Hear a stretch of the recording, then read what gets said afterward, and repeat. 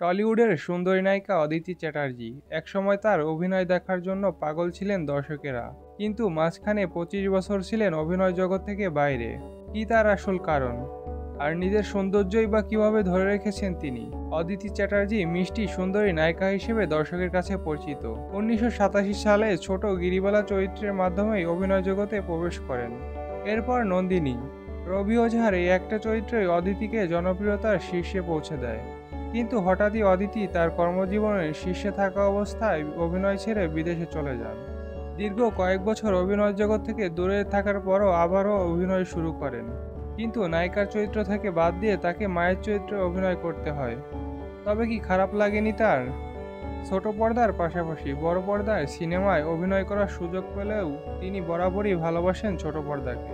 কিরণমালা, মিঠাই, রাখি বন্ধন সহ আরও অনেক জনপ্রিয় সিরিয়ালে কাজ করেছেন তিনি।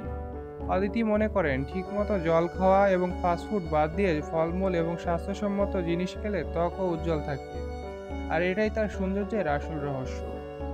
অদিতি চ্যাটার্জির বয়স 48 হলেও সেটা দেখে বোঝার কোনো উপায় নেই।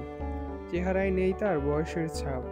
বর্তমানে তিনি কোন গোপনে মন বসেছে সিরিয়ালে অনিকেতের মায়ের চরিত্রে অভিনয় করছেন।